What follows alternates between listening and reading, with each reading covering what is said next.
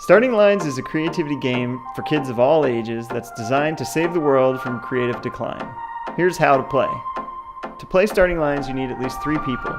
The game includes enough markers for 6 players, but add your own markers and you can play with as many friends as you can find. Gameplay is simple. The group selects a creative director to lead and judge the first round.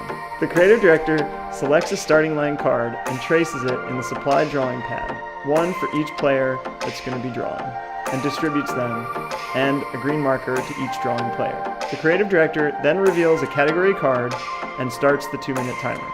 Drawing players have 2 minutes to turn the starting line into their most creative or ridiculous image and caption it.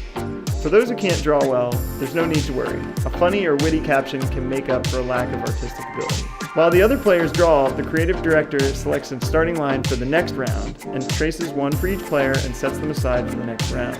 Once the time is up, the creative director collects the drawings, shows the creative works to the group, and the creative director selects their favorite drawing.